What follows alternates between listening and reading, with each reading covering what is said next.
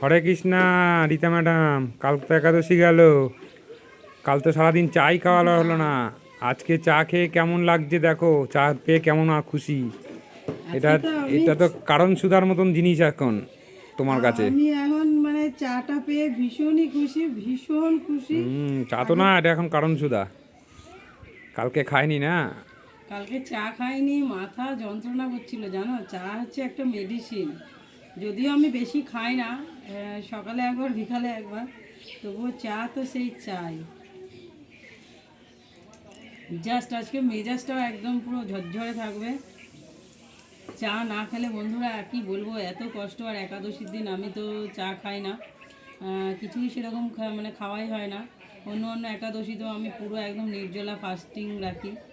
তো যাই হোক, আজকে তো আমি চাটা পেয়ে ভীষণ খুশি, ভীষণ খুশি। আমাকে আর কিছু না দিলেও চলবে।